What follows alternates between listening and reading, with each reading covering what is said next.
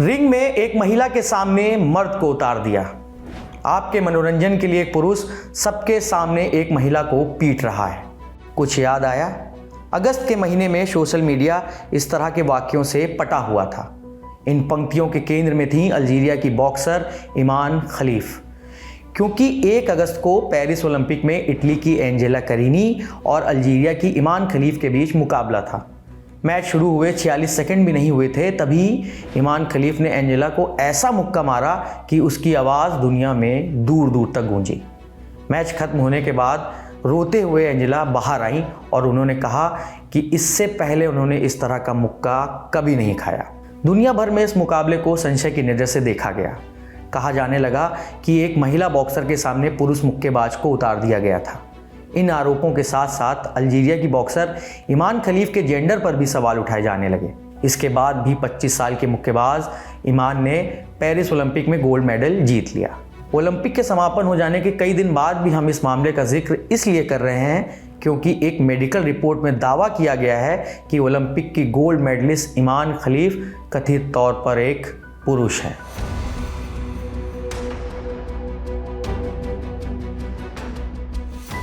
फ्रांसीसी पत्रकार जाफर एद औदिया ने खलीफ की एक मेडिकल रिपोर्ट सार्वजनिक कर दी है, जिसमें कहा गया है कि खलीफ का जन्म अंडकोश और माइक्रोपीनस के साथ हुआ था।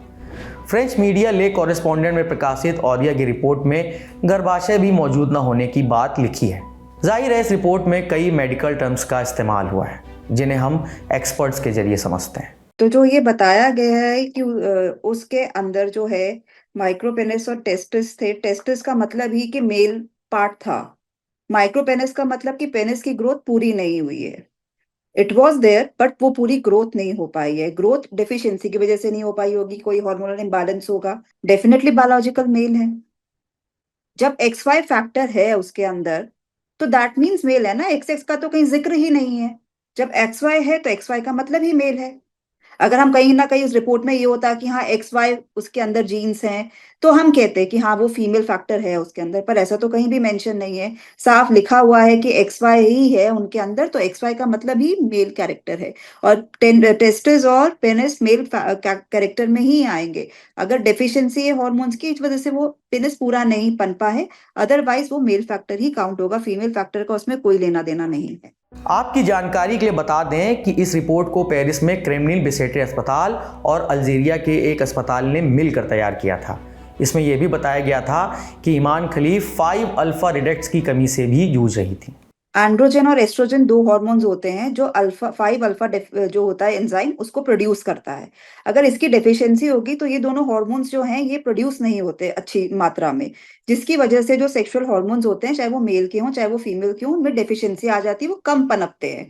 किसी भी चीज की कमी होगी तो वो कम पनपेगी चीज, ठीक है। तो वो डेफिशिएंसी एंजाइम्स की आई जिसकी वजह से उनकी माइक्रोपेनिस हो गई, पर टेस्टिस हैं तो वो ग्रोथ नहीं हो पाई इस डेफिशिएंसी की वजह से। पेरिस ओलंपिक में मुक्केबाजी प्रतियोगिता के दौरान ईमान खलीफ को उनके जैविक लिंग और लिंग पहचान के लिए कई जांचों का सामना करना पड़ा। कई लोगों ने यहां तक दावा किया कि खलीफ ट्रांसजेंडर है। सिर्फ इतना ही नहीं, साल 2023 में ईमान खलीफ को कथित तौर पर एलिजिबिलिटी में विफल होने के बाद विश्व मुक्केबाजी चैंपियनशिप से भी अयोग्य घोषित कर दिया गया था।